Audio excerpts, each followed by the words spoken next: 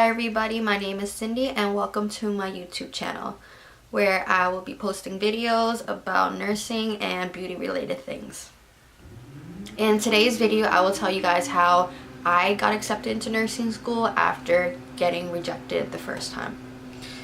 In today's video, I will mainly be talking about the application process at my university. I know different schools vary on what they require and what is needed, but I think for the most part it's pretty similar.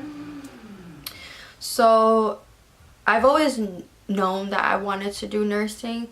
So straight from high school, at least the schools around me, you don't get admitted directly to a nursing program right out of high school. You have to take prereqs and then apply to the nursing program. So by my junior year, I had enough prereqs to apply to nursing school. But then I found out that I was rejected. At the time, I felt very defeated and discouraged and unwanted because I knew in my heart nursing is what I wanted to do. I kind of panicked because I knew right after graduation I personally did not want to take a gap year. I wanted to directly go into nursing school. So it was very sad when I received a rejection letter, but it didn't stop me from trying again the next time. I knew in general my school's nursing program is very competitive. They get like hundreds of applications and we have only I think 80 seats. But I know in general nursing school is very competitive, but I knew it was something like I wanted to do. So I reapplied again the next cycle. In my school's application, there's the prereqs, the personal statement, the interview, a resume, and letters or recommendations. So let's start talking about prereqs. So I know schools vary, but I know most schools require A&P 1 and 2, chemistry, microbiome, statistics. Some schools require lifespan psychology. I know some schools also require nutrition, but my school didn't. But I took it anyway because I wanted to have that option of applying to different schools.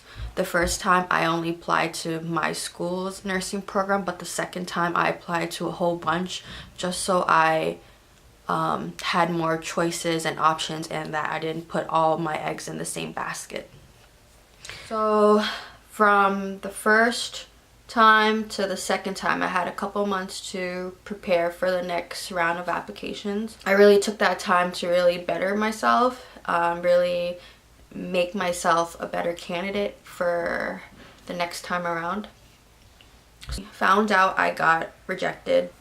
I really started searching for things that I can do to make me a better candidate for where I worked with people who had a variety of psychiatric illnesses, a lot of mental illness. I really loved it. I really enjoyed it. I felt like I learned a lot. So I took that one step further. So I then started to look for things I can do to further that. So I went on my school's website to see what was available, and then I started looking into research opportunities. And luckily I found a research lab that was strictly about autism, and I was very interested in that field. So I applied. I had to do 2 interviews and I got it, a research assistant, and I learned a lot from the research lab. I was a camp counselor for a camp that was for children with cancer and their siblings, and I found that very rewarding.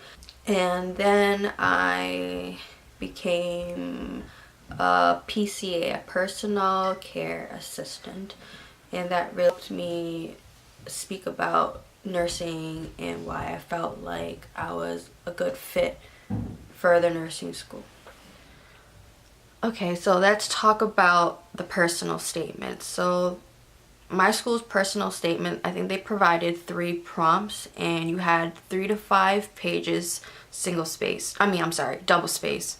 And it's very important to answer all the prompts and to follow the formatting guidelines if your school provides those. So what I did differently was the first time I thought I wrote a pop-in, like the best personal statement that I could have written. But I then went to the the writing center at my school and had someone who specializes in papers and personal statements look at my personal statement and provide feedback. And she said that it was good, but it needed more of a personal touch. So what I did differently was I opened up with the story and a personal statement describing or answering the prompts, describing how I was compassionate, how I was caring through those stories, versus the first time I said I was caring, compassionate, I was this, I was that. But the second time around, I told a story or described an experience that demonstrated these characteristics, and these characteristics that were needed to succeed in nursing school. So I kept that theme throughout the paper. It was more so describing versus telling, if that makes sense. And I felt like that made the biggest difference. I felt like my personal statement was my personal statement. Like, it was my experiences, what I went through, what made me want to go into nursing school. I think the most difficult part about writing a personal statement is getting started. I definitely had writer's block, but once I started writing, I think it was fine. So the next thing I want to talk about is the interview and how I prepared for the interview. So the nursing program at my school, you had to go through a group interview, and then after the group interview you had to take a writing and a math test. The way I prepared for the interview, like the actual interviewing part, was I went to a mock interview at my career center, and I found that very helpful. I also did a mock interview through the pre-nursing society at my school. So that really helped me really get my stories in my head together. Not necessarily like rehearse my answers, but being able to talk on the spot and really being able to articulate. The math wasn't anything crazy. A lot of it was basic arithmetic, so I practiced long division and converting and stuff like that. And for the writing part, I just reread my personal statement and really in my head had my stories in the back of my head ready. And finally, let's talk about the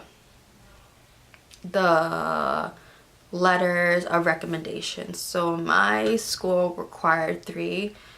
I know some schools require 2. Some schools don't even require it.